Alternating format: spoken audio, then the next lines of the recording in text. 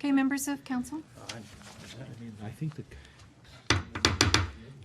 Welcome to Policies and Priorities Committee for Monday, January the 18th. I see that we have quorum, and I call this meeting to order. First order of business is the adoption of the agenda.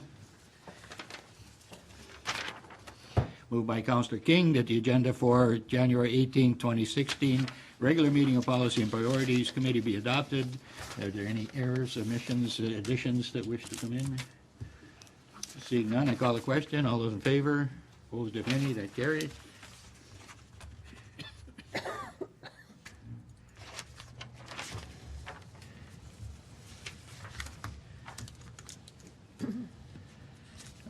Disclosure of pecuniary interest and the general nature thereof. Does any member have any pecuniary interests? No. May the record show that none have been reported.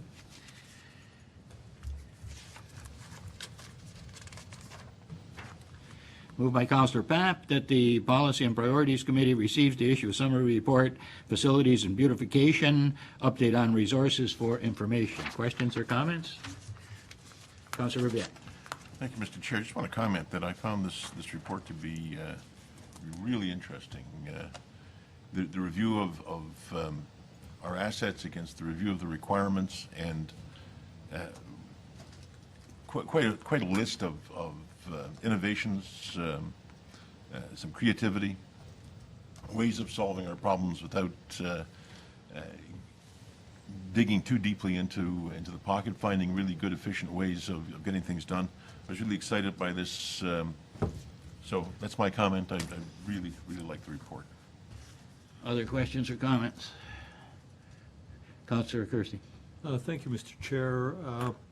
Perhaps through you to our treasurer. Madam Treasurer, when I read this report, apart from the innovation, there seems to be a suggestion that we need more staff. Right. And couple that with the report that came forward with the interdepartmental team a number of weeks ago. They've softened the blow in the report, this report compared to that report. What do you foresee coming forward? Is there something we're looking at in the operating budget and what the impact might be? Madam Director. Thank you, Mr. Chair. There is no consideration in this budget for the addition of staff in the parks area at this time. We have identified some additional support for the bylaw area with respect to the security of the parks and the report that had come forward previously. At this point in time, if council directs me to add that in, it would just be something that I would need to take back and make a consideration for in the budget for 2016. But in light of some of the discussions that we had at the last meeting after the interdepartmental team spoke up and talked about the shortfalls, each department was going to go through a series of the same type of analysis to determine what the total needs are. But it would be up to council to direct me to, include something for the budget for 2016 at this time. Is that your wish, Councillor Kirsty? I just have a follow-up. Absolutely. Mr. Chair. I wonder if, and we may not have the answer at this point, I wonder if, as an alternative to taking more staff on, we've examined the alternative of contracting out some of those jobs where our staff that we currently have on staff would take more supervisory roles over the contractors, as opposed to bringing on more staff in-house. We utilize our resources as overseeing the job and contract out, because then we don't get into paying benefits and all that sort of stuff. I'm just wondering if the Director of Public Works may have a comment on that. Through you, Mr. Chair, absolutely was considered. When we went through this, how might we process? A big part of it was looking at what we do and the service that we provide. These tasks that we've broken out, a lot of them have a piece that's about connecting to the resident or PSRs or having that direct contact. So a fair amount of tasks have already been taken on by contract. We try to be cognizant of things that really don't take town staff. The equivalent of the shortage of hours is to show you in full-time staff, let's say it's 4 people, that this is an initial shortage. But we are certainly not close to the idea of taking on part-time staff to help us get through at least this crunch period. That could get around to some degree the issue with benefits and such. That'll be ongoing, considering this year we have a How Might We group in Public Works as a whole to look at the services we provide and whether there's more efficiencies in, say, contracting certain activities out more than what we do now, and opening our minds up to that. But I will say that a lot of that has already been exhausted in the Parks group already. We've traveled down the path, not to say it's not still an option, but that was certainly part of our How Might We discussions to talk about that. Thank you, Madam Director. Councillor Kersey? I guess the question I have is if we acknowledge that we currently have approximately 4 full-time people, a shortage of 4 full-time people, are we still going to be able to deliver the level of service that our residents expect and that we as council expect without some consideration of adding people to our team? So I guess I need to have some reassurance that we'll be able to continue that way, or are we just going to spend the money in overtime hours anyway? And we'd have been better off to have had at least moved part way. I'm not saying all the way, but part way through adding to our team, reducing the overtime hours and directing those funds towards, if we need to take them in-house, well then take them in-house. But I think the challenge is this can't be done overnight, and when the interdepartmental team did give us the presentation, there was an awareness, certainly a wake-up call to those sitting around this circle, that there was a concern, and we asked the staff to have a good look at that. This seems to be a work in progress, and it seems like it's already started. If in fact you wanted to make this amendment to get something that may have impact on the operating budget, that would be in order if you want to make it in this table decides that's where to go. But I think the thought process is in place, and the senior management team is certainly putting some energy towards this. Perhaps I should ask the CAO, could something be brought back as a suggestion before the operating budget comes through next week? Short answer, Mr. Chairman, is no. I don't think that would be feasible at this time. It's certainly something that we're looking into going ahead, in particular going into 2017. Okay. Councillor Papp? So just so I'm clear, no being what? That we would not consider the, whenever, and I'm not being critical of this, I read in between the lines here that the demand services have gone up. You have poor functioning equipment that's critical and outdated. You need additional part-time staff to meet peak service demands. All I'm asking is there that latitude or that ability to meet this demand for this year, notwithstanding next year, you can come in with, a much more concrete example of workload? Or am I reading this wrong? Or is what's been pointed out on this report will continue to be reactive? that's what we seem to be. That's what I'm trying to understand. If in fact we can do, like again, no disrespect, I read one person's been casual here for 15 years. I'm trying to understand that. Like, either they're on staff, they're not. Do we need additional options? Is there a possibility of meeting this work demand? All I'm seeing is what I reflected to the staff when they were doing the presentation. What I hear on the streets, you're pushed to the wall. If I'm wrong, then tell me I'm wrong, and I'll live with it. But what I'm seeing is the demands are increasing, and if there's some latitude, if there isn't, and we're stuck within a certain fiscal, how can I say, jacket, then that's it. Then I'll live with that. But I don't think using casual part-time staffs to offset some of this may not be something you can't possibly do. I don't know. I don't understand. Is that something that's off the table, or? Mr. CAO? Thank you, Mr. Chairman. It's not something that we've contemplated as far as new complement in the 2016 operating budget. We Okay. have some pretty tight financial constraints. We're also, as council's aware, aligning resources and financing around the potential community center. So I understand. our focus really has been in a budget orientation that supports that long-term financial goal. We certainly are cognizant of the needs of the department, both capital needs and human resource needs, but it'll be something that we'll be looking at addressing moving ahead into, again, 2017. Could we expect reports in the interim if in fact your research is showing us that we're going deeper in a hole, that you can make us aware of things so that we're not hit over the head at the end of 2016?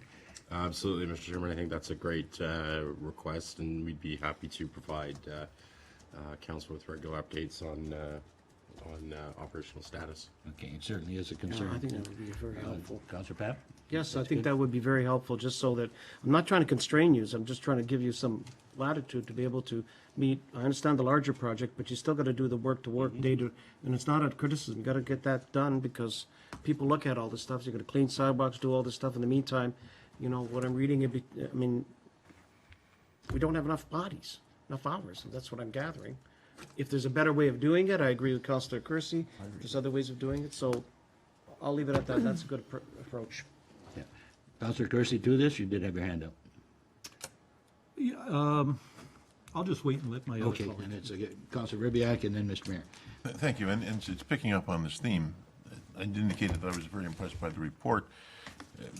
The conversation I'm hearing leads me to ask, why is this report here if it isn't in fact to ask us to consider either what resources we want to add to the complement that we have, and there are a variety of things suggested, or is it that we are going to cut back on a number of those services and identify those things that we're not going to do anymore, or at least not for this year, because we just don't have the resources to do it. It seems to me that we've got to make one or the other decision.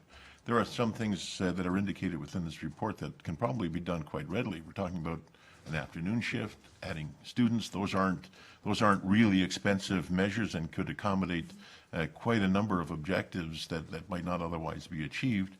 I would be very disappointed if we left this report without some sort of resolution to take some sort of action with regard to this. If it's not the whole thing, hiring 2 more FTEs or whatever might not be in the cards. But the solutions, the creative solutions that were suggested here to effectively deal with some of those issues, I would hope that we would have the desire to go ahead and implement. I'm just wondering if perhaps the discretion of the senior management team will be the guiding factor at this particular point in time. They have pointed out that they have considered some solutions, and you know, these are possible solutions. If they feel that this would be an answer to the problem or to the challenge, then perhaps we can do it. And perhaps a comment, Mr. CAO or the Director of Public Works? Director of Public Works? Mr. Chair, the way the report was structured was that we are working on these efficiency items regardless. We know that we'll experience immediately. We already have seen some improvements with how things are managed and what the efficiencies in the group are. However, that said, we know that there are some service items that fall down now, and that will continue to. The staff, the group kind of know how to juggle things and which things have to get sacrificed when other things happen. So as an example, the tree policy that's also coming forward tonight, probably we can't support that. We wouldn't be able to go forward necessarily this year without having at least a second safety person to help the arborist. Right now, the arborist does a lot of garbage work. He cuts grass in the cemetery. He responds to PSRs just because of the way that staff have to be allocated. So it's to answer your question, the purpose was to raise the flag. Several months ago, we did start working on this to let you know this is what's happening. You do get the feedback through all of you about service complaints and how the optics are. But also to plant the seed to say, hey, we could use some help, be it to get through this year or to get through the summer months. You can see the crunches in July. or to start planting the seed about long-term strategy for full-time and how that might be able to work. You did mention safety. I have a concern of that. Is it feasible to not have that safety person involved? You know, is this an immediate need? Because in fact, if somebody gets hurt because we're being short on the safety part of it, is that not a liability or a contentious issue that we could be in trouble for? Perhaps this is something we need to have immediate attention with. And through you, Mr. Chair, if it's an item that needs a second person for the safety aspect, we would make sure that second person is available or the task isn't done. So that's really the case with a lot of the higher level tree work, for example. He's fully qualified, we've got the materials to get going, we've got the plan, but he needs really someone at his side who's qualified, who knows how to spot him. That would be an example of something we simply would choose not to do it, as to keep the employees safe, but as a result, that level of service isn't quite there yet. Do we have a person with that standard on staff? Sorry. If we don't, we should have a person that is qualified to do the spotting and to make sure that our people are safe. We do. We do? We Okay. do. It's strictly a matter of allocating their time because they're needed for other tasks, let's say. So if it were to be raising the canopy of a tree, it's a preventive thing that we do. Some of those preventive, less reactive jobs are what fall off the list, and we really focus our resources on reactive things that are most pressing or have the biggest optics. Okay. Thank you. Councilor Rybak, is that? Well, it helps, Mr. Chair. I would certainly hope that we find it within our capability to look at some of the lesser cost, highly creative, and probably pretty effective measures that are in here to getting some of that work done. There may be more cost, but if that cost is in the form of students, part-timers, contractors, those aren't permanent costs. Those can probably be handled relatively easily. It's not systemic. I would hope that we'd be able to do that as the needs and the tasks arise. I would just hate for this table to step into the administration part of it, though, because this is what we pay our managers for. That's not what I'm suggesting. I'm just saying at a very broad level, I would hope that we don't drop a lot of the stuff in here that's suggested. That makes great sense. One of the things that worries me is that the people who put a great deal of time and effort into putting this report together probably don't want us to say, well, that was interesting. Close the book on it. That, I think, would be highly demoralizing, and I'm not sure that it would be helpful in other efforts as we go through other areas as well. So I'm anxious that there be a response to this. I'm not dictating what the response ought to be. I don't think that is our job. But I think we ought to be highly encouraging in having this report acted on to the degree that circumstances suggest that it would be useful to do. You're suggesting an amendment to say we go further than receiving information? Yes. Okay, I'll let you think about that, and we'll make the amendment. I'll go to Mr. Mayor, who has a comment, and perhaps we could look forward to, if there is an amendment to come, that we can consider that after Mr. Mayor has a chance to speak. Thank you, Mr. Chair. First off, I want to say that when I look at the work that our staff do, the service is absolutely excellent, and I think, as we can see through their work, that they care about our community. And so when they certainly always want to do the best work and answer those public service requests and all of that. But I see a lot of this as a work in progress. So I just want to remind council of a few things. The first, in terms of public service request, there was a change made recently because staff would get the public service request and they didn't, for whatever reason, they weren't asked for, didn't get the information, so they'd be kind of, which tree is it, which tree isn't, that takes time, that takes effort. Now it's much more, it's a better process, right? So that's one piece, and that will help with that. And we heard that at our last council meeting or the council meeting before. The other is that council will recall a couple of years ago, we, and somebody, the treasurer, will remember what year it was, but we did move a lot of staff from, we had a lot of part-time complement and casual staff, and we moved a lot of that into full-time. So that was sort of a, you take a half a step sort of piece, and we said, we're gonna try this, okay? So that happened a couple of years ago. Now, what do we have before us? We have a report that I see very hopeful, a report that's full of innovation, and a report that is a work in progress. We have 2 check marks on 16, 17 things here. Most of them are initiated, some of them not yet started. So I see this as being, this is great. Staff are telling us that they're trying to innovate. They're trying to innovate within the envelope that they have, which is excellent. That they've initiated, completed certain things. They're going to be initiating other things. They're looking at evaluation of the PSRs, for instance, is one of them. They're initiated that. The feasibility of the student driving thing. Remember, a couple of years ago, we had to make the change that you couldn't drive alone, whatever that is. They're investigating, can we change that? Because that takes up 2 people, right? That's what they're saying. Feasibility of an afternoon shift. They're investigating that, and they're looking for efficiencies on that. They're investigating hiring the feasibility of seasonal help to align with workload increase. The jury's out on all this. So for us to go and say ahead of staff, oh, by the way, you need da-da-da-da-da, this many staff or whatever, I think that is getting us a little bit too much into the administration thing. What they're doing is exactly the job that we want them to do, which is to find those innovations and to find those efficiencies. And I think some of the suggestions that are here, maybe it's one of them here. It's not yet started. Increase the part-time custodial to full-time custodial. Maybe that should be done, maybe not. They're looking into that.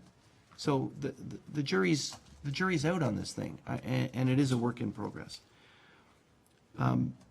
We may be in a situation where the next half step would be more part-time staff.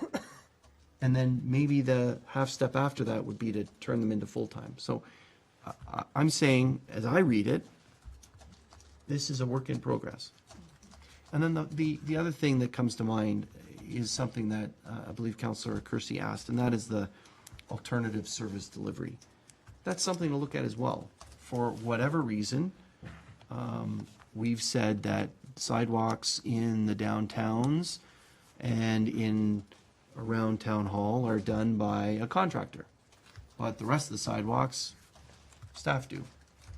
Why? I don't know. Maybe it makes sense for some particular reason. Well, I'm sure staff are going to look at that and say, is that right? Is that not right? Should town staff do all of it? Should we contract it all out? Right? Those are some options that I'd ask the director and staff to look at. We said, and a few of us around the table, Mr. Chair, Councillor Papp, yourself, were around this table when, and it was a member, former Councillor Urbanowitz, that said, no, we need to cut the grass in Peace Park and all the other parks because we care more than the other, contractors. And we said, okay, let's try it. Well, we've tried for a number of years.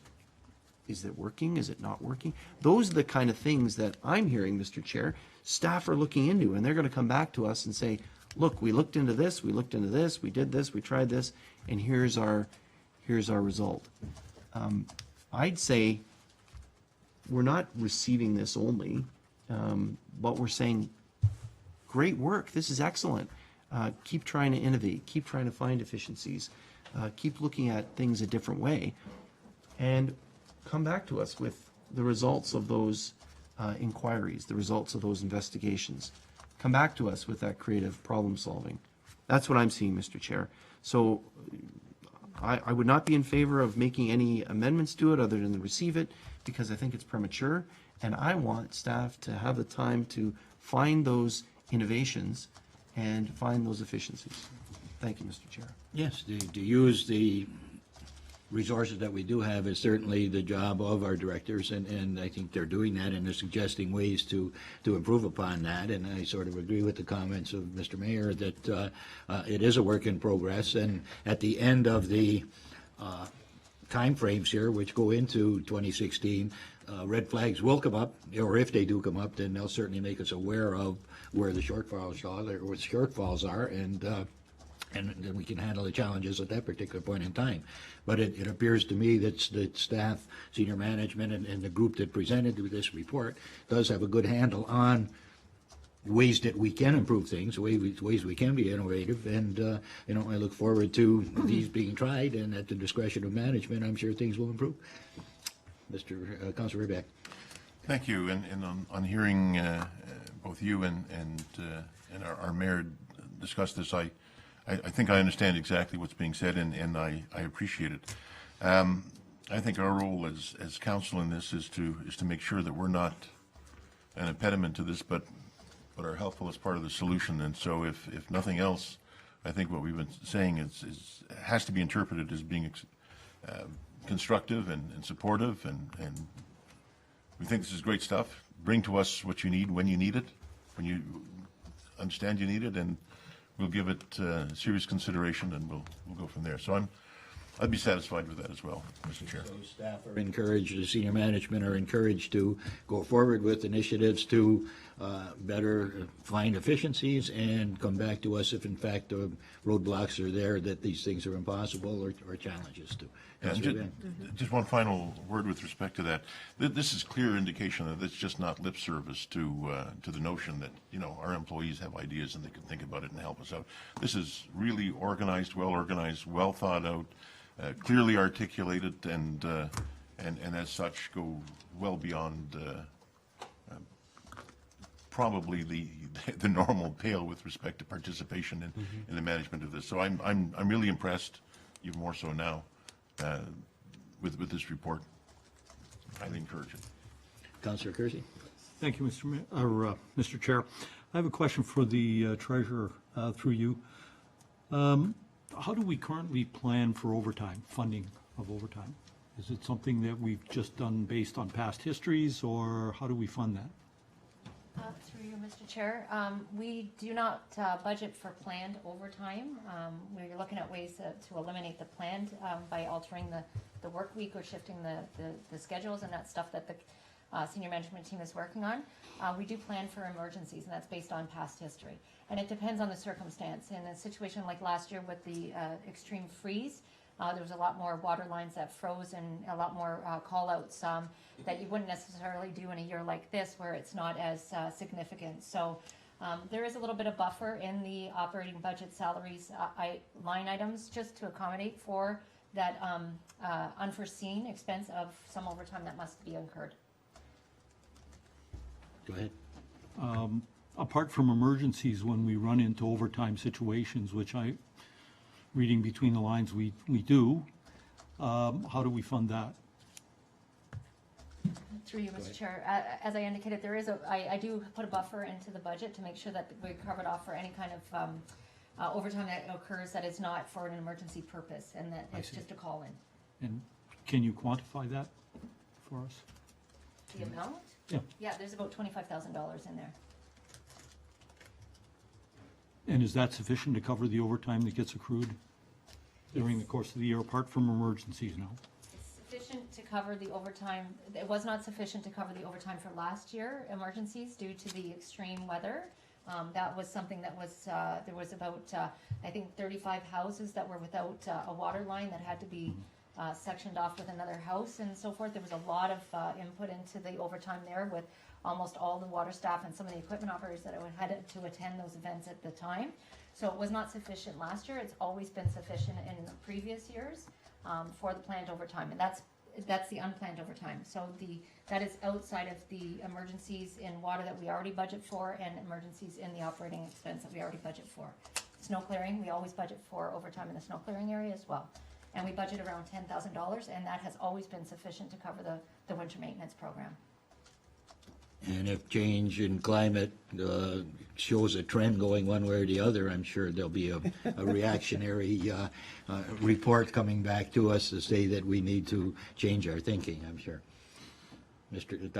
Councillor Kersey. I just have one final question, Mr. Chair, and again, it's for clarity, and I understand all of what the mayor has said, and I applaud all of the innovation that's here, but there's one particular bullet point that says, to address the current shortfall most efficiently while allowing for succession planning and improved levels of service. It goes on to recommend 2 full-time people and some part-time staff in the area between April and November, 7 months. So I'd just like some clarity brought around that. I understand the budget constraints and all of that, but I also am trying to get to the heart of what's being recommended here. So. maybe Director the of Public director- Works, can you perhaps comment on that question? Through you, Mr. Chair, I certainly can. This was after we worked through the hours, the shortfall, the tasks, what's required. These numbers are based on what is required to do the task, not what it takes us now because we have inefficiencies. It's realistically saying how much time does it take to get to a series of beds for the morning, load up, travel between, address the bed, and so on. So these numbers are really reflective of true conservative approach. They don't take those. The assumption is let's take the efficiencies piece into assume it's already in place. So then when staff worked through that, we came out with this great shortfall that we all knew going into the how might we, the fact finding showed that staff knew what was needed in terms of number of heads. They feel it, they work it, they know where it is. But the numbers confirmed it again. So we started to throw around, look, where could we use the help? What time of year, or is it all year? Or on what tasks, where do we need that expertise to stay in-house all year versus being able to have somebody, say seasonal or a student or a part-time person with more limited hours. This is the recommendation that the group came up with. So this is not my voice, this is all of us working together saying this is what would help the department, the group. This isn't just us kind of crunching the numbers to say how do you split those hours out. The full time, I think it's described in there about how we would assign those people to help most quickly show the level of service come up and get caught up on some of these things that we're lagging behind on. Yes, thank you. Councillor Pat? Thank you, Mr. Chair. So, I don't want to belabor this, but let me add you, I'll take it from a different point of view. I'm not interested in getting into the administration of how you carry out your work, but what I look at this as a diagnostic tool that you are presenting to us with what you are looking at in delivering the service you need to deliver, and then hopefully out of this, the remedies that you've suggested, and if whether it's staff, efficiencies, that's what I'm hearing you're planning to, that's the whole idea. The reality is, what I'm hearing, and tell me if I'm wrong again, we are within a fiscal bind in this point where we cannot, as much as these remedies are here, these are things that we have to leave for consideration for next year. In the meantime, we'll get through with whatever innovation and, how can I say, objective approaches that we need to do. Is that a fair assessment? Rather than getting into instructing what you, but it does raise for me, not a concern. It just says, you continue the diagnostics because as the patient starts to change, and forgive me for using those terms, I've been familiar with this in another, be prepared if things go sideways, that you've got the ability to deal with these as they come along. And I'm hearing that they are prepared, Mr. Chair, and I'm glad we just come back to us if in case there is things that do happen later on and you need to deal with this, then we should be prepared to act that. So I'm prepared to accept that on that basis. Is that fair? Other questions or comments? Councillor Rubik. Thank you. For clarity then, I guess we have a backlog. The backlog is large because we need more people to clear it, but the essential work and critical work gets done, That's what I'm. and that's what we're sitting on. We know there's a big enough backlog to justify more people if we wanted to go ahead and clear out that backlog and not see it grow. Okay, good. That's what I'm saying. Okay. There is some other work being done with staffing as well, so that may parallel all of this work as well, so that may help, right? Okay, fine. Other questions or comments? Seeing none, I'll call the question. All in favor of the motion as presented? Opposed, if any? That's carried.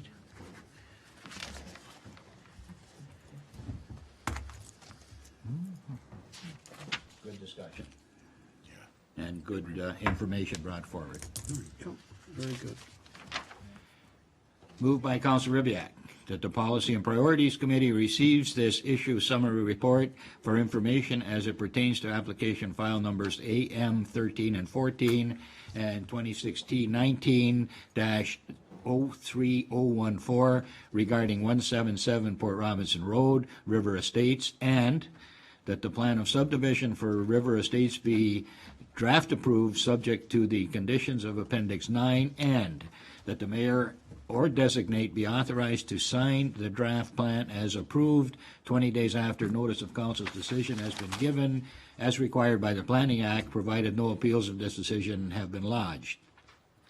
And that draft approval be given for 3 years, after which approval will lapse unless an extension is requested by the developer and granted by council.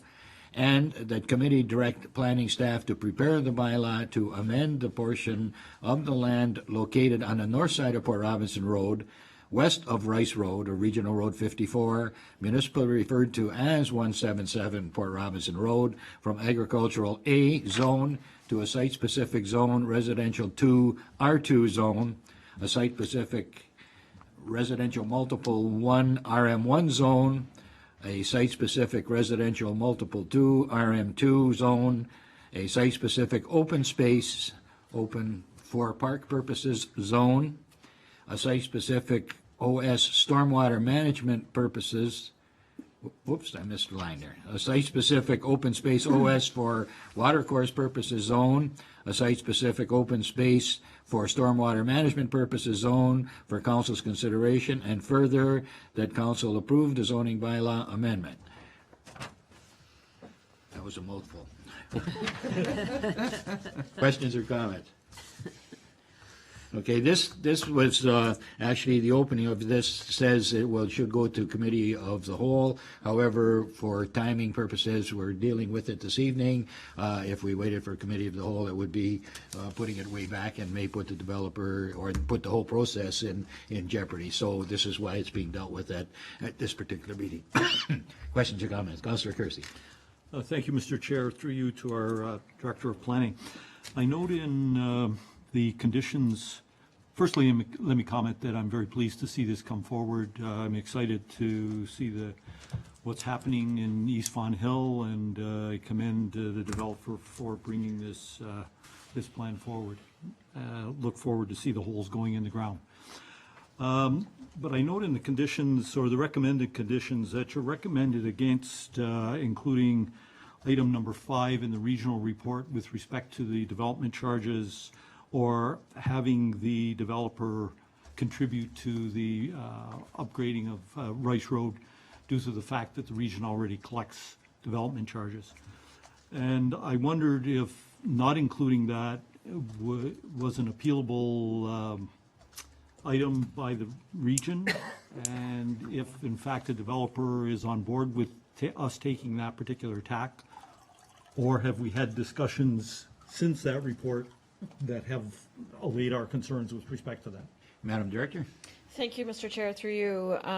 Yes, this has been an item that was subject to some conversation and discussion, both with the applicant and their solicitor.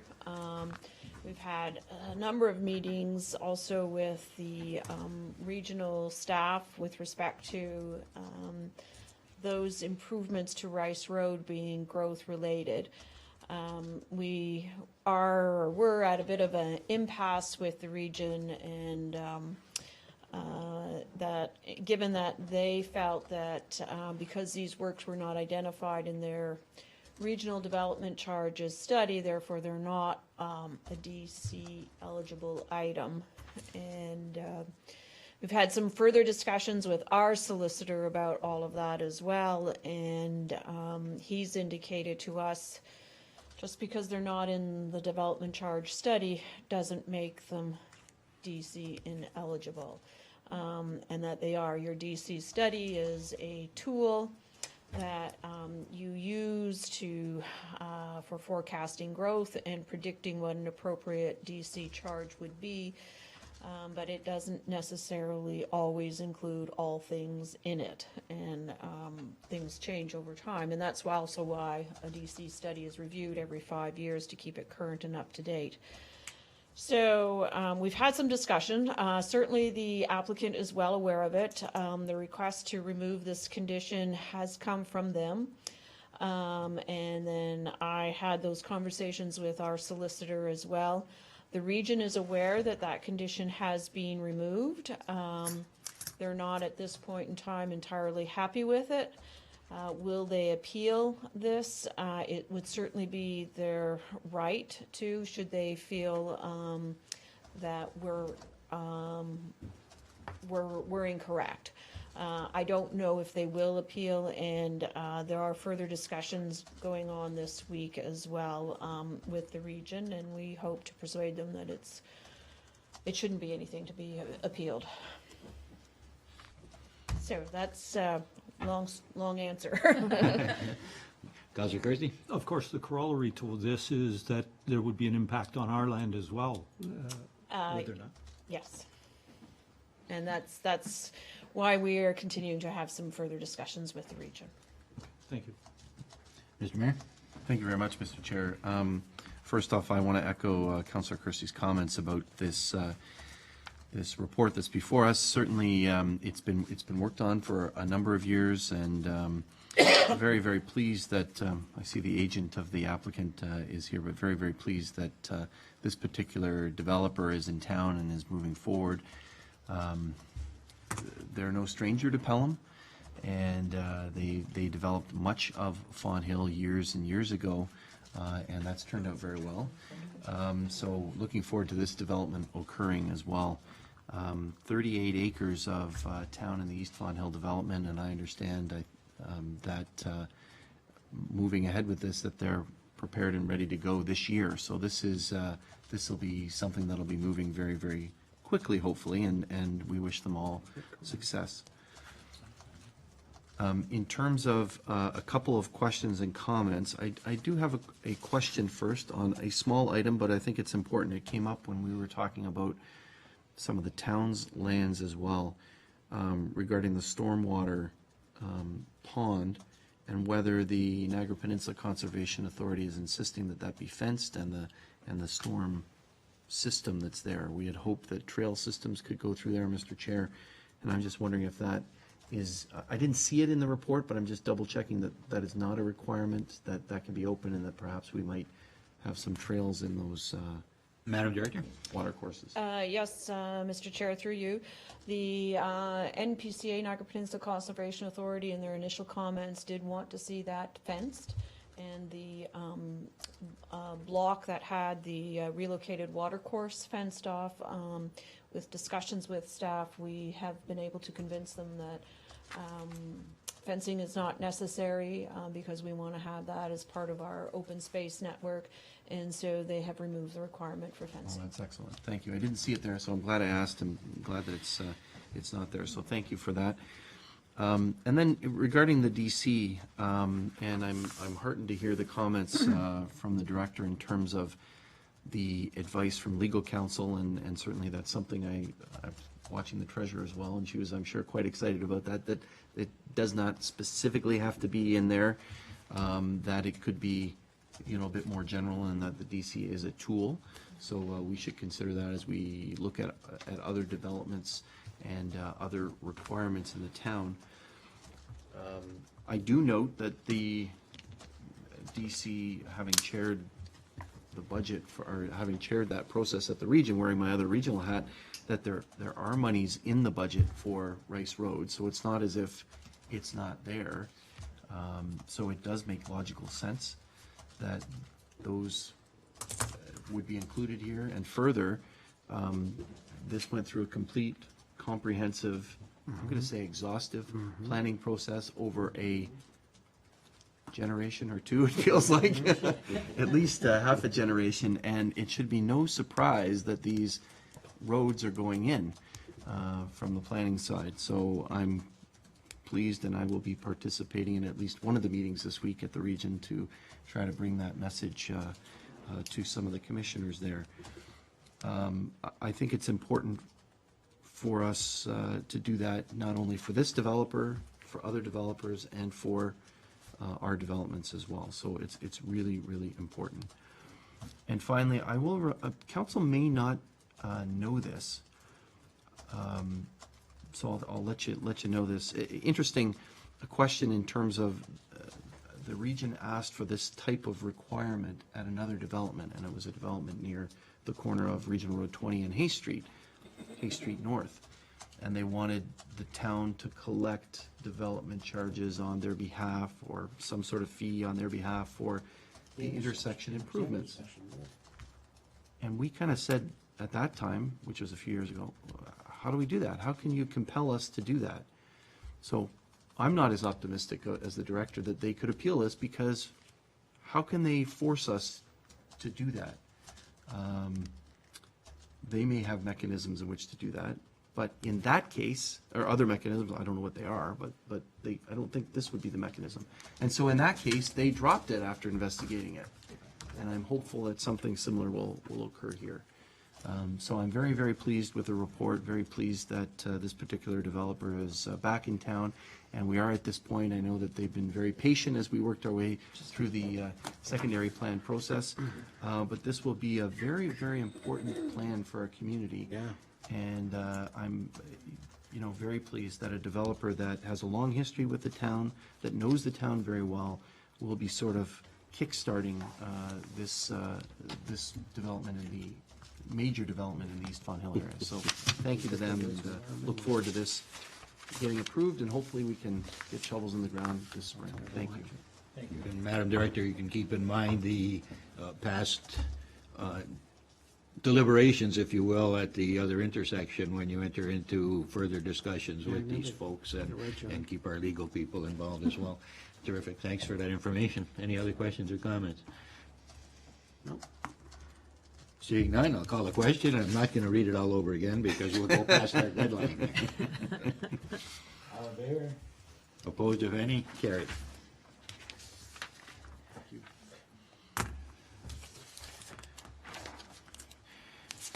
Excuse me. Moved by Councillor Junkin that the Policy and Priorities Committee receive this issue summary report regarding the adoption of a municipal tree management policy, and the committee recommend that council approve the policy as submitted. Questions or comments?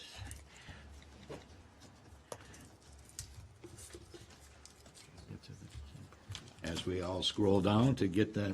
Yes.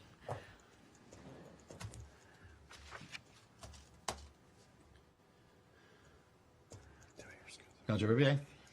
Then Councillor, and then Mr. Mayor. Thank you, Mr. Chair. I think I heard the Director of Public Works indicate that while this policy is here, it may be some time before it's acted on. Did I hear that correctly? Madam Director? Through you, Mr. Chair, some of the aspects in it will be difficult to achieve. The inspection piece, probably most significantly, and some of the maintenance items. So this is us trying to say, we know we've got to bring this up. There's a level of service that's required here, both from a public demand, but also from a best practices to see our trees reach maturity. Being able to implement all these pieces in 2016 will not be possible, but will at least set the groundwork and aligns with our other staff needs that we've just been talking about. Thank you. Thank you for that, through you, Mr. Chair. Inasmuch as this is a policy that deals with the technicalities of tree management, and to an extent addresses a vision of the town, what kind of trees, where the trees ought to be, that sort of thing. Would there be some use, some utility out of bringing the policy to the Beautification Committee for review, not from the technical aspects of how to manage trees, but rather from the perspective of the question of, so what kind of town do we want to have? What kind of trees, where the trees ought to be, that sort of thing. I'm just wondering whether council might have some views with respect to that. Beautification is an advisory committee, is this? It is. Right? Okay, okay. Madam Director, perhaps a comment towards that? Through you, Mr. Chair, absolutely. The next step of this is the more detailed procedures about the tree management, tree species, and carrying out the spirit of the policy. And that might be something I think that would be, it's already come up with the beautification committee about having that as something they can chew on. They've expressed some interest in that amongst many other things in the strategic plan we just came up with. So yes, I would greatly appreciate having their input in the engineering standards part of it and in the next level of this, which would be the details on how we're going to achieve this policy. The last paragraph of the report does deal with communication, and communication goes both ways. Not only are we disseminating information, but we're also receiving it. So I think that's an important part of any policy, especially something as vital as this. Mr. Mayor, you had a question there? Or sorry, Mr. Rebecca, you heard Councilor Rebecca. You okay with that?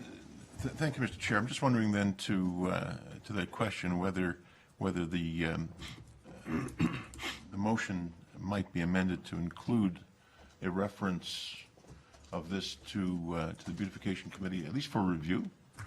Again, I don't know that the Beautification Committee necessarily should be called upon to look at the technicalities of tree husbandry. They shouldn't. They're an advisory committee. Exactly. But in terms of how the town can be affected through trees, I wonder whether we might add that amendment. You want to put that amendment forward, and we'll see what the floor thinks of it. I do. That this policy be given to the Beautification Committee for review and comment.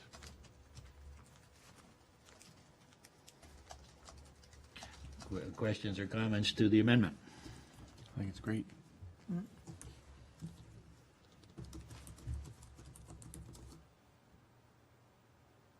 I'm just writing it down. Questions, comments? Councilor Pat?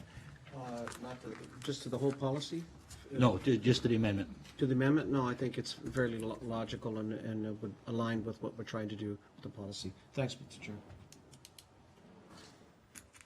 Okay, should this go before it comes back to council? There's a good question.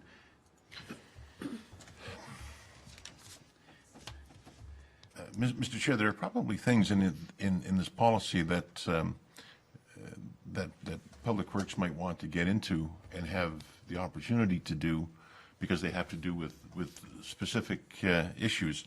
I'm really thinking of the broader issue of what kind of trees, things that affect the aesthetic of the town as opposed to the technicalities. We of understand, but management. this is a point of timing, Councilor Rebecca. Should the report come back to us before it goes to council, or should it go to the beautification to be reviewed and then come back to council, or what's your suggestion on timing?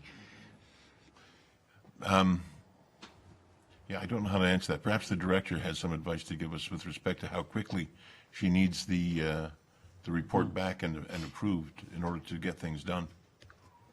Madam Director? Through you, Mr. Chair, we can certainly honor the timing to bring it to the committee and then bring it back to Okay. DEP. That wouldn't be an issue.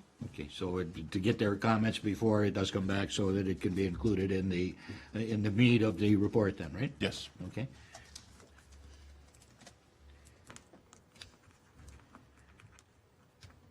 Madam Clerk, do you have that? Yes, thank you.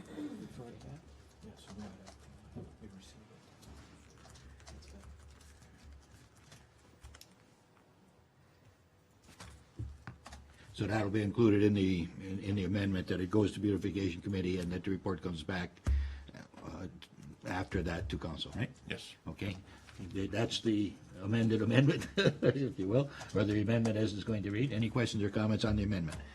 No. Call the question on the amendment. All those in favor? Opposed, if any? That carries.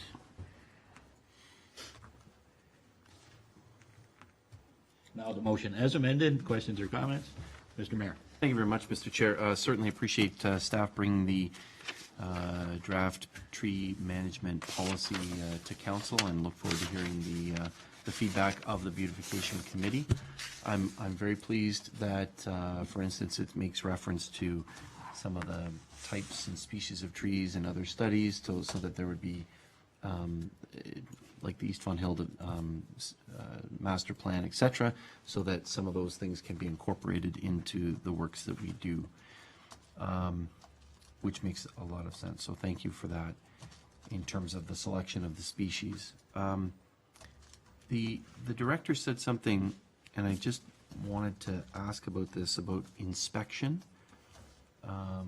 My understanding a few years ago that we contracted those inspections out. Do we still do that, or do we do them internally, or is it kind of a give and take? Madam Are Director? different types of inspections done? Thank you, Mr. Chair. We're in transition right now. This is one of the efficiencies we are working on. Right now, or in the past, we always had operating budget requests for planned maintenance of trees, which included really following through on a program of tree maintenance based on inspections from the year before. In addition, there would be another inspection piece to keep it moving for the next year, and then an ongoing emergency response. So we've switched that around this year because we do have this arborist on staff who is very knowledgeable and very eager to see how we can bring up a level of service by exploiting things in town or in-house. So we have done the inspections in the past, given a detailed focus to a contractor to come in and assess a block of trees in an area of town. That management of that has proved to go off the rails a little bit. We have some documentation, but we don't really have an overall plan to say how often will we come back to this sector and re-inspect every 10 years, every 5 years, 20 years, whatever it might be. In addition, we felt there's varying levels of inspection that are really needed. We can probably get away with a high level drive-by in an area, and the arborist can take into account the age, the neighborhood, the risk, and so on. And then more targeted neighborhoods, we could go in and do detailed inspections on individual trees. We feel in-house that arborist can make those assessments on the fly and say, this is a perfectly healthy tree. I'm going to do the inspection on the next one. I can do a cursory one and document that, but I can see this one's in much dire straits. I will do a detailed inspection there. So he's able to make that assessment. When we have this contracted service, it's hard for us to give that authority for them to make those decisions. They want to know what trees they have to inspect and to what degree, and give us the form. So granted, there's a lot of value in having that third-party contractor do some of that service. We feel there's a more of an accountability or an ownership on how to spend that time more wisely. So that said, we also want to come up with a plan that's a little more aggressive in light of some of the recent issues we've had with the lawsuit and trees, that we want to make sure our record keeping is solid. We have a solid approach that's defendable, to say we are not just blindly taking a section of town and inspecting it, but instead we're going about it a little more strategically, and that requires some of this nuance in the decision making about where we go and in what degree these inspections need to happen. So we've still put in a proposed budget. It's reduced for inspection, but we've also we've done some planning with staff this year so that arborist might be able to, he's doing it now actually, a lot of inspection in-house to try to capitalize on both and use the time most efficiently. So as this evolves, you'll actually develop a standard operating procedure that will be followed and recorded for the record, right? Through you, Mr. Chair, that's correct. Okay. So he's able to do these cursory ones, and we'll see how that comes out when it comes to detailed inspections where he's actually got to climb the tree. Staff limitations, we just can't. We'll keep that into the planned inspection piece. and keep that contracted, and we'll feel this out as the staffing needs emerge and these efficiency issues emerge as well. Thank you. Okay. Thank you. I appreciate the detailed answer. I appreciate that, Mr. Chair. And I saw in the policy that I think the goal is to inspect approximately 20% of the trees annually, so that's a 5-year rotation of looking at the trees, and I appreciate the director looking at that. I guess I didn't see it on although the director made reference to it in terms of the consultation, I didn't see consultation on the insurance side, and I just wonder if maybe if staff hadn't done that, that might be something that they can investigate. I know from sometimes when there's ice storms and things, and sometimes it bubbles up to council that when was a tree last inspected, etc. So I think it would be important from an insurance point of view to have their input on this, especially as the beautification committee is going to be looking at it. My understanding is that we didn't really have a policy before, but we sort of had a understanding that if we were to take a tree out for whatever reason, so whether it was for the widening of a major arterial road, major for our community, like Hay Street, or if a tree fell over, the goal was to kind of do a 2-for-1. So one gets removed, we put 2 back, and the idea was to increase the canopy in the town, etc. I don't see any reference to that. I mean, it didn't have to go exactly in that spot, and that's often very, very difficult because of, as is outlined in the policy here, there's underground things, etc. Can the director comment on that? Was it a policy? Was it a notion? Was it just sort of something written on a wall? What was it, Madam Director? Madam Director? Through you, Mr. Chair. To address your first comment, I appreciate the input. Under maintenance and inspection, there was a sentence talking about consideration of consultation concerning past claims. So do you want that strengthened rather than just saying about taking past claims into account? No, I was alluding to the first page of the issue summary report, consultation, the manager of facilities and beautification, the lead hand, the ground maintenance, but did we ever talk to our insurer and just say, hey, what do you think of this? That's what I'm saying. Understood. Okay, noted. The second question, the writing on the wall notion thing, I've most certainly heard rumblings as well. The thinking amongst staff is that always trying to replace what's there, struggling sometimes to replace what's there. Sometimes it doesn't make sense to replace a tree where it came down just because of all the factors that are listed. Because of this issue with inventory and inspection, we're not really on top of saying, okay, we took one out there, let's add a tally and say, okay, we've got to plant one somewhere else. We do keep track of where they've come out, but the feeling is we kind of want to get our house in order and taking care of the canopy we have first, and letting those, as the arborist says, we want to see the trees we have already come to full maturity, and we're just not doing that yet. So we can be planting more and taking that on, but we felt we needed to get this piece in place first to say we really have to commit to taking care of what we already have. That said, I wanted it to be flexible in there, so it does say we try to have no net loss. And wherever possible, if budget allows it, we would also try to plant extras. So the planting tender doesn't always, the number in the tender doesn't align necessarily with the number that have come out. We align it with what we anticipate for that year. So there might be surplus. Ash trees, for example, coming out, we're not replacing those 1-for-1. The arborist just didn't feel it made sense because the other trees suffer. But that said, we will try to take into account that a lot of trees have come down and there's optics to it, and we try to replace those. Yeah. So although it's not a specific number, 2-for-1, all attempts will be made to increase tree planting, as pointed out at least to have no net loss. It's something my brain is loose here. Okay, thank you, and I appreciate that, and I think that certainly should be something. We do have a beautiful tree canopy, something for which our community is well known, and So I think that's extremely important. No net loss would be very important to me. The final thing, Mr. Chair, and I'll send this to the director, one of the crazy things that happens when folks like myself, yourselves around the table knock on doors is we meet people that have a history with the town.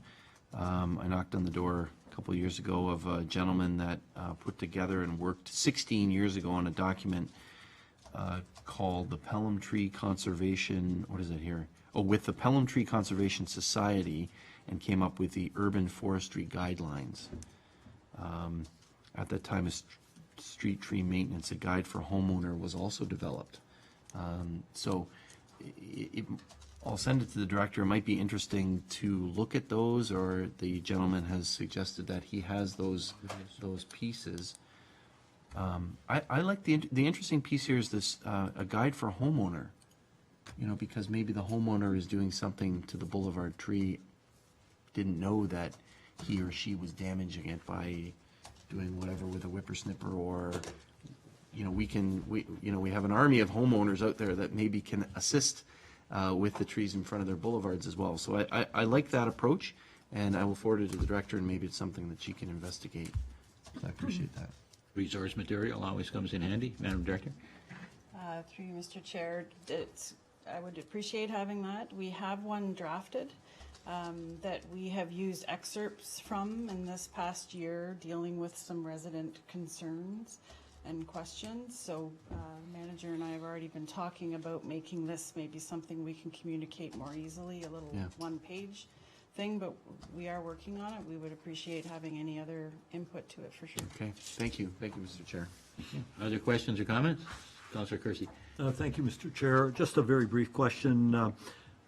How do we interface with utilities when they come into town and their wires are in the trees and they start hacking around? And do we have a policy on how we deal with that? Do they even ask us? Or do they just go in and deal with the canopy? Madam Director? Through you, Mr. Chair, if they've come in for, they'll typically come in for a temporary works permit for work that they're doing related to their infrastructure. Typically on maintenance like that, if they're strictly sending a crew on to do the work around the trimming, we wouldn't necessarily know. The supervisor of engineering is trying to build up that level of communication with the group, and there's a committee that he now sits on that talks about some of their planned work coming into town, and the communication's getting better. Okay. Other questions or comments? Councillor Pratt. 30-second comment. Firstly, thank you for bringing a tree policy in place. So now we got something in place, and as we said with another, we'll evolve it to deal with inspection, preventive maintenance. And I have to say, in the past practice, even in our little neighborhood where I am, the staff have done a great job. They've cut trees down that have been dead, so something is actually seen taking place. Now I just think it's to take it to the next level. With a professional person on board, I think you'll see a big difference, and I'm looking forward to this. This is great. Wonderful. A lot of good discussion around that. Any other comments or questions? Seeing none, I'll call the resolution as amended. All in favor? Opposed, if any? That carries.